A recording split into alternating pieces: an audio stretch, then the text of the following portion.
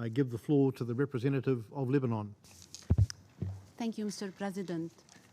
Allow me to start by commending the excellent work done by your delegation during your presidency of the Security Council for this month. And through you, Mr. President, I would like to extend our deepest appreciation for the job well done by Malaysia during the presidency of the Security Council last month. And I would also like to extend our deep appreciation for Mr. Mladinov for his sobering briefing. Mr. President, we meet today while the Middle East faces new challenges, but the Middle East is still tormented by the Israeli occupation. 1 year ago, Israel unleashed its military operation against Palestinian civilians in Gaza.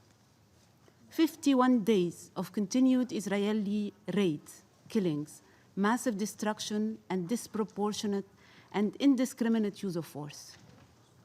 The words of an Israeli soldier from the report, "That's how we fought in Gaza," said it all. By the time we got out of there, the place looked like a sandbox. That's what they did to the people while maintaining their blockade on Gaza. Today, the situation there continues to deteriorate.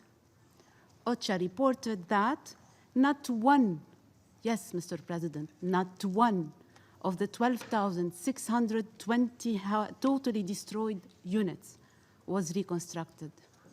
And UNRWA stated that 880,000 Palestinian refugees rely on quarterly food assistance. And IMF sounded the alarm when it declared that unemployment rate reached 46%. Makarim Wibisono, the Special Rapporteur on Human Rights in the occupied Palestinian territory, captured the essence of the Israeli practices in the West Bank and East Jerusalem when he said, "Occupation policies constrain Palestinian life and push Palestinians to leave their land and homes, especially in Area C of the West Bank and East Jerusalem."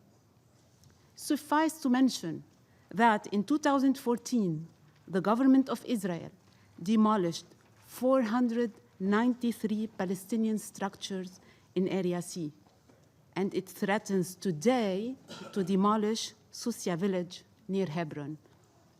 And the same government authorized in the first quarter of 2015 the continued construction of settlements in the West Bank with a 219% spike in completed housing and 93% rise in starts. Typical approach by Israel, not to miss an opportunity to negate the two-state solution by stalling the process and seizing the land. Mr. President, in the midst of this desolation, the historic agreement between the Vatican and the State of Palestine is a ray of hope. It should summon the moral audacity of the international community to finally break the political stalemate and to translate the inalienable rights of the Palestinian people into realities.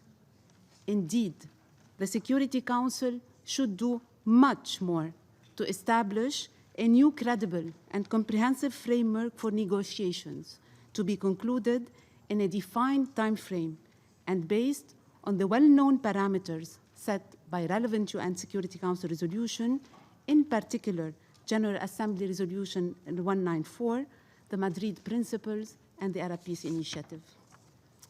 Mr. President, in the course of this month, the total number of Syrian refugees has exceeded 4 million, the biggest refugee population from a single conflict in a generation, according to the High Commissioner for Refugees, Antonio Guterres.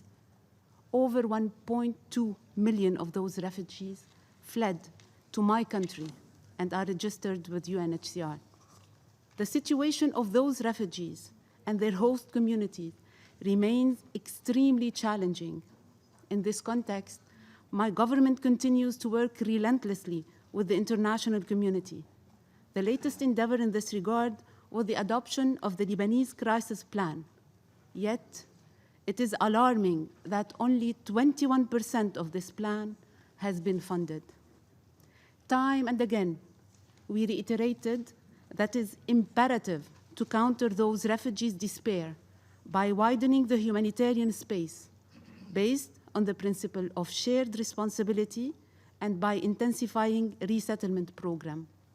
Those refugees and their host community should not be forgotten or left alone. Mr. President, this month coincides with the commemoration of many atrocities around the world. 20th anniversary of the genocide in Srebrenica, 9th anniversary of the Israeli war on Lebanon, which ended with the adoption of Resolution 1701, and the first anniversary of the latest Israeli war on Gaza. For all the victims, women, children, and elderly, our message and action today should be never again. And I thank you, Mr. President.